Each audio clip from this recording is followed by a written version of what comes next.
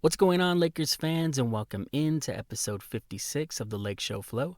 I am your host, Gio, as the Lakers defeat the Jazz, putting up a season-high 140 points, beating them 140 to 126, and it was the return of the king, LeBron James, making his season debut of a historic 23-season career, and this is exactly what you want to see in the first game that LeBron comes back in.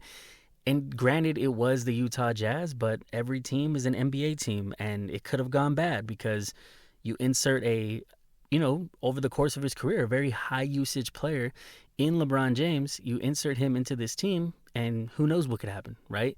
Chemistry might not be there with him and some of the new players, but that was not the case. That was definitely not the case. The Lakers look like a unit. I mean, defensively, there was some cause for concern. You had a guy like Keontae George just going absolutely bonkers in this game. He had like 23 points in the first half. He was just going off. I don't know if he saw some baddies in the front row. I don't know if he was trying to, get some attention from, I don't know what was going on, but this dude was going insane. And it's not like he does this all the time. That's why it was such a surprise. I saw someone post he was 3 for 12, 7 of 19, and 10 of 27 in his last 3 games. And then tonight against the Lakers, he ends up 12 of 19 with his field goals and 5 for 10 from three-point range. And that actually ended up being 5 for 13 to end the game. And he only made one more shot since I had saw that post. So he ended up 13 of 23. So the Lakers did a better job at really keying in on him. The same can't be said for Lauri Markkanen, who still had a 31-point game. And for him, I feel like it's less surprising. Lauri Markkanen, I feel like historically, from what I can remember, always plays pretty damn well against the Lakers. But the story of this game was the return of LeBron James. He gives you 30 minutes, and he ends up with 11 points, keeping that 10 points in every game streak alive, of an efficient 4 for 7, 2 for 3 from 3. Then he had 3 rebounds and 12 assists to lead the Lakers. But Luka Doncic continues his amazing season, MVP numbers again, 37 points, 10 assists himself, and 5 rebounds. And Austin Reeves, he had some turnovers. Him and Luka actually seemed to turn the ball over a lot. LeBron was way more efficient than them. LeBron only had 1 turnover, but Reeves had 4 turnovers and Luka had 8, which you should expect sometimes from high usage players. But I mean, Luka's got to clean it up for sure. But DeAndre Ayton, this is a guy that I really want to key in right now. I remember going into the season, a lot of people were kind of critical of Ayton as we saw him kind of fizzle out when he was in Phoenix and after going to the finals that year and then getting traded to the Blazers, and you heard different stories coming out of there. And everyone was kind of thinking, like, what did the Lakers really get? I mean, we got the best center we could get for the price that was on the market without having to give up any assets, a very bargain of a deal. And Ayton's been exceeding the deal that we gave him. Tonight he had 20 points with 14 rebounds and 1 assist, and I believe he also had 2 blocks in there. Let me double check that because I'm pretty sure I saw a couple blocks. No, he had 1 block and 1 steal. But during the run that the Lakers ended up going on to close this team out, because it was almost a tale of 2 halves. They trailed going into halftime, and then they end up beating the Jazz in the third quarter. That's really what kind of, I feel like they set the momentum. They shifted the momentum, I should say. And the Lakers end up winning the quarter 37-22. And then Gabe has that buzzer beater at the end of the quarter on a nice pass from LeBron James. So it goes from them trailing at halftime and they were down by 4 to taking an 11-point lead going into the fourth. And they pretty much didn't let go. Honestly, like that was pretty much it. That Luka was able to get an extended rest towards the end, or at least longer than he normally does. I feel like sometimes he's out there for a little too long. LeBron definitely got some rest. But in general, the team gets an extended rest because they get 4 days off and they don't play until Sunday, where they're going to be playing the Jazz once again. So LeBron makes his debut, gets 4 days to recover, and he said his lungs feel like baby lungs, like he really needs to get back into the flow of playing NBA basketball, which is very understandable. I mean, you take that long of a break, and he's in his 40s now, so it's not going to be easy for him to just get on the court and make it look easy, even though he kind of did today. Now, one of my main takeaways of this game is the fact that this offense, like I said, put up a 140, which is a season high. It's just ironic that you throw in LeBron for his first game and the team ends up with 140, which is insane. And they didn't even play their best ball. Like, they could have scored 160 without the turnovers, right? They could have gone even further than what we saw tonight.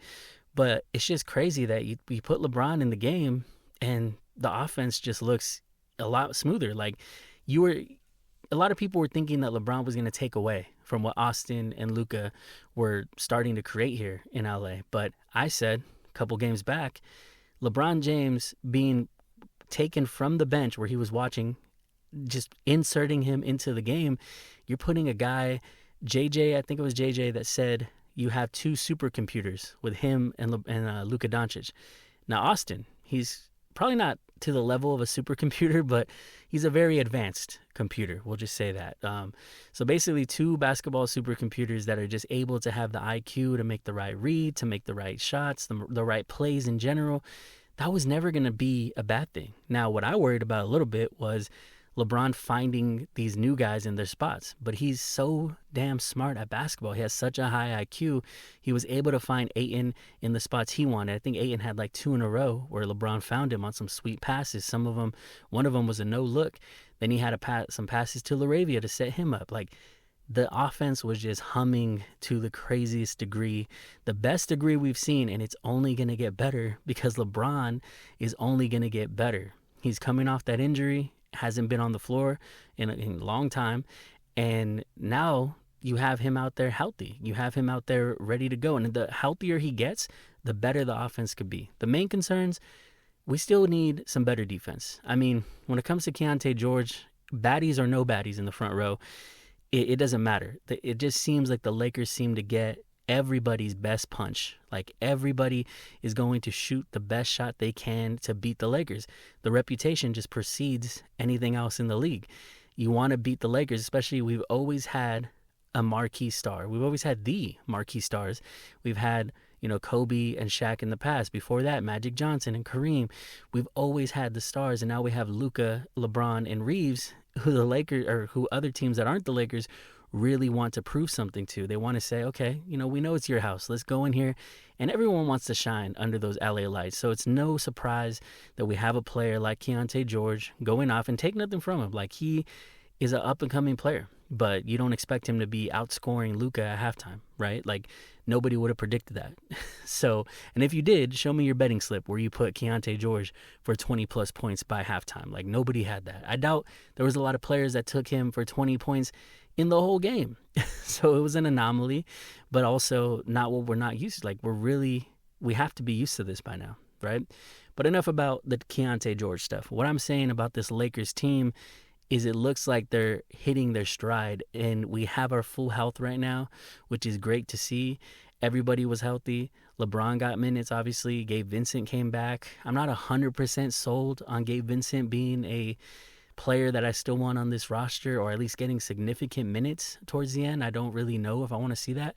And it's only because he just gets bullied by the guys that he guards. He can only guard, obviously, guards, and then he's not going to really be on the taller wing players. But when that happens, when a bigger guard or a bigger wing player gets him like on an island and they get the switch that they want, Gabe is just not able to hold his own.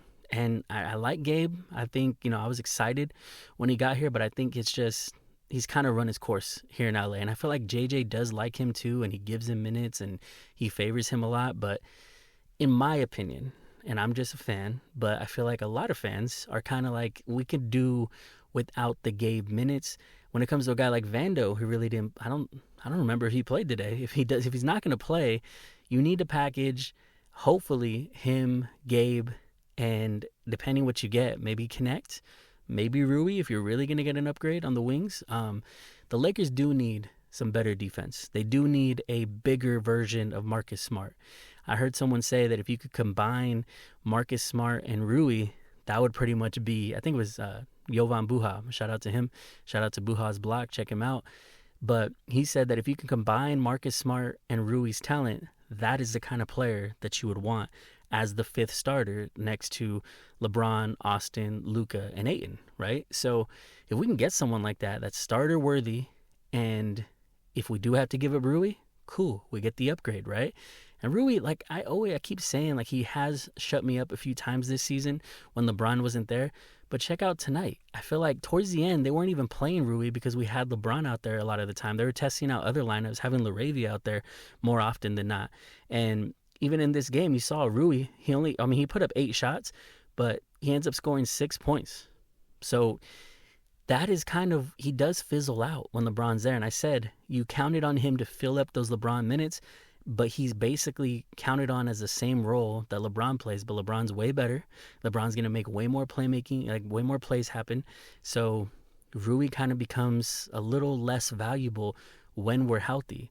But I did say when LeBron was gone, he was going to be the most important player. And lo and behold, he had really good performances when LeBron wasn't there. And he's going to get hot. He's going to have a 20-point game here and there. He's going to average probably like 12 points to 15. It's going to happen. But with this lineup, I just think we need someone that is a little more similar to Marcus Smart. If you don't trust the size and you want Rui out there for size purposes, maybe you start Jake, because Jake looks really good. And I think he's only getting better. He's really young. So to me, it would be nice to find a Marcus Smart version of a wing, something like that. But yeah, I think this team looks good with everybody healthy. LeBron adds a kick in the ass in terms of playmaking. Obviously, if Austin had better playmaking today, less turnovers and more assists, and then Luka as well, if he had 8 more assists instead of the 8 turnovers, or at least turn 5 of them into more assists, like we could have put up 150 to 160. Like that's how impressive this offense can be. So when you hit 140 in the first game, that you get LeBron in and he's still getting his lungs under him, like that's his lungs and his legs barely getting under him, dealing with the sciatica. He said he doesn't really wish that on anybody. He said it's painful, it's no joke. And for him to look like this and to kind of buy in to that third option role, because like I said, Luka and Austin did most of the scoring, the heavy lifting on the scoring, and LeBron ends up with 12 assists, only 11 points. Like that just shows you right there. LeBron realized from sitting that he had a front row seat. He was watching a lot of these games. And he studies film. He's in the gym with these guys. Like he realizes, okay, and he even said it in an interview today. He said, I was just envisioning how I can fit in what everybody's doing. And they even asked him about how it would be to possibly be a third option. He said it doesn't matter like how that's going to go. Like he's going to make it work, because in every single aspect of his game, he goes back to his high school coach that told him that he wanted positionless basketball. I think he said Spoelstra said that. But he said back in his high school days, it was the same thing. He always had to be positionless and just kind of doing everything that the team needs. And you saw that tonight. And the Lakers, they benefited from it. What's funny is he kind of did what I was thinking, and that was closing out games. I said Austin and Luka can get you to the dance, and LeBron just blows the roof off. And that's kind of what happened. I think Luka and Austin were both on the bench in little, shifts. And LeBron ends up getting some key assists in the third and in the fourth quarter to basically close the game. And that's what I want to see, is like if LeBron is going to handle the ball towards the end, let him do that at the end. Like you need those when Luka and Austin are a little more tired, they've already done a lot. They've already in the 30s of scoring. You have LeBron to close it out, because Luka's whole game right now is getting contact and getting free throws and making difficult shots, right? He's going to be tired by the time the fourth quarter comes around. And don't get me wrong, he's still going to be making plays in the fourth. But when you have LeBron there to handle some of that and dish the ball out, close games with his own scoring, because LeBron is going to get hot in some of these games, and he's going to be not just a closer in the playmaking aspect, but a closer in making some crazy shots. We've seen LeBron hit what people call le fuck you threes, and he goes crazy. He ends up making like 5 in a row sometimes. It's insane. So we've seen these spurts LeBron could go on where he gets hot. That's kind of what you need from LeBron at this stage in his career, is handle the ball as a third option. Luka and Austin aren't always going to have it. So sometimes LeBron might be looking like the second option. Sometimes he might be looking like the first option.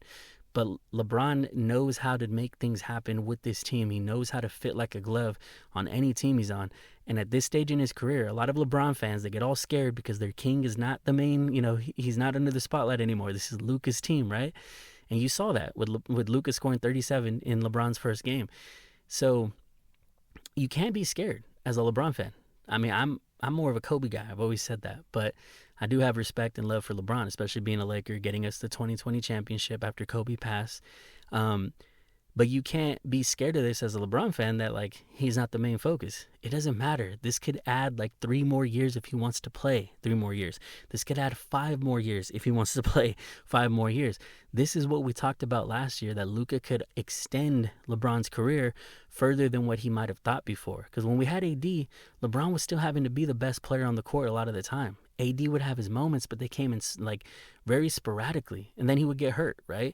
So LeBron tried so many times to hand the keys off, and instead of it happening on his terms, which he tried a few years back to kind of like start to let AD take control and take over the team, as much as it wasn't on his terms, now it's like the basketball gods and God himself kind of forced LeBron's hand. And I think that's where the freak out happened, where he's kind of like, he was upset about it, then he doesn't get extended and all that stuff. So I feel like that is where a little bit of the bad blood comes, is that LeBron didn't get to do this on his terms. The Lakers went and traded for Luka, and it's out of, it's not on his terms. But at the same time, this is the perfect player for him to extend his career, and I've said that a lot of times since we've got Luka. So I'm excited. I think there's so much potential. If they can start putting up at least 125 a game, 130 a game, that is going to be possibly the best offense in the NBA. The defensive side definitely needs work. The favorites right now is still OKC. They're such a well-rounded team. They could drop 130 and hold teams to like 95, and that's scary, okay? So when you're trying to compete with a team like that, you're going to need some moves, at least a couple moves. Maybe it's a buyout market acquisition, maybe a couple of those, and then maybe a trade or two around the margins when it comes, or maybe it's not around the margins. Maybe it's a straight-up starter if you can package Rui and a few other assets to try to get someone that can start and that, like I said, is of that Marcus Smart cloth, right? Someone like Herb Jones that was mentioned. I was listening to Dan the Lakers fan before I started recording this, and someone in his chat said OG Anunoby. I don't know if the Knicks give him up, but if there's even a chance that he's out on the trading block, like, I want to make that move. Someone like that's a 3-and-D wing more than a Marcus Smart, which is a 3-and-D point guard, which still serves his role. Amazing. He damn near leads the team in plus minus almost every game because of his, coast to coast impact. Like, he's making an impact on defense. He's getting the ball where he needs to be on offense, knocking down some threes. He's always drawing contact on defense. Like, he's a great player. So that kind of guy, but also it being a wing player, like, that would just, you put that in the starting lineup with Luka, Austin, and LeBron and Ayton. Sorry, my voice is, I don't know. It's been a minute since I did this. So maybe that's why my voice is kind of freaking out. But you put that you put that on the floor with these guys, and I think it can make a big impact. And as I said, DeAndre Ayton has just been playing up to the potential of him coming into the league, and that is just amazing because I said before, sometimes he's only going to be like the 4th option every night, and look at what our 4th option can do, right? And again, it's the Jazz. You got to put that in perspective, but you can say they're supposed to beat the Jazz, but they're not supposed to put up 140, right? Like, and obviously they shouldn't have given up 126, but that can be worked on, right? Some acquisitions, some, just some polishing around the edges, and you got yourself a championship contender. As I keep saying, they are a championship contender. LeBron just makes his debut, makes it look easy. Luka makes it easier for him. Austin makes it easier for him. Ayton makes it easier for him. Jake LaRavia, Marcus Smart. Like, I love this team. I really love this team. And I agree with Dan, the Lakers fan. He was saying that he hasn't really had this much fun watching the team since the 2020 season when the Lakers won the championship. Now, am I saying that they're going to win it again? I hope so. As Kodak Black famously said, I hope they win it again, but I can't expect them to win it again, okay? So with all that being said, I've been yapping. My voice I need some water. But I appreciate all of those who are checking out the podcast. I really do. I need to get back on my shit. I need to be more consistent.